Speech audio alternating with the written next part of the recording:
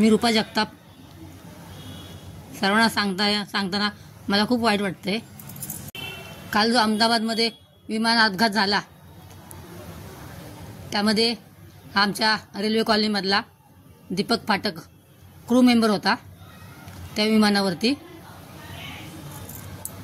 परेलमध्ये central रेल्वेची colony होती, तिथे आम्ही एकत्र राहायचो. तेव्हा हा मुलगा छोटासा देखना पान मुलगा शाळेची बॅग पाठीला अडकवून शाळेत जाताना मी त्याला पाहिलं. काल त्याची बातमी ऐकून मला खूप वाईट वाटलं.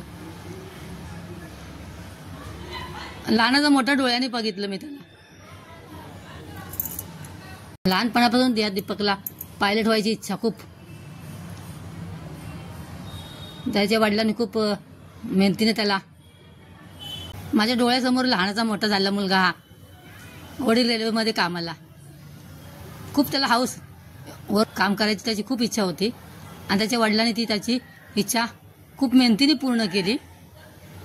10 वर्षांनी सर्व्हिस केली. आई वडिलांचा एकुलता एक मुलगा, 2 बहिणी त्याच्या मोठ्या, हा सर्वात लहान लाडाचा मुलगा हा. आई वडिलांचा खूप लाडका.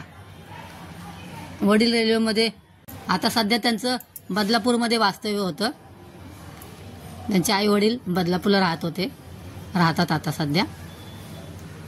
असा हा दीपक सर्वांशी खूप नेहमी हसत राहायचा.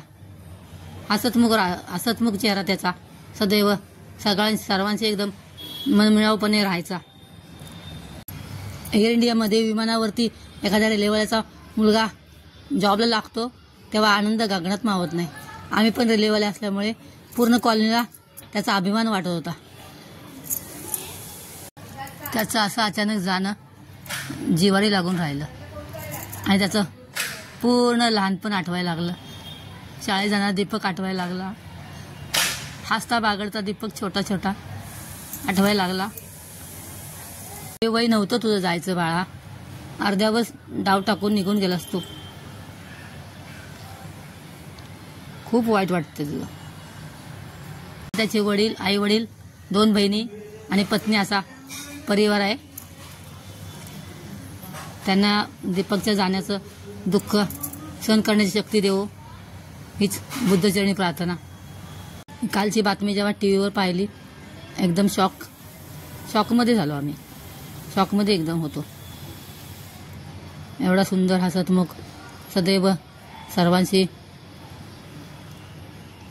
प्रेमळ वागणारा हा मुलगा नाहीसा झाला आज. खरं वाटत नाही. दीपक, का केलंस रे बाळा असा अचानक? तुला पूर्ण रेल्वे कॉलनीतर्फे भावपूर्ण श्रद्धांजली बाळा. अशा आधीच्या परेलच्या आणि आता बदलापूरचा सुपुत्राला भावपूर्ण श्रद्धांजली. We miss you Deepak. आम्ही तुला कधीच विसरणार नाही.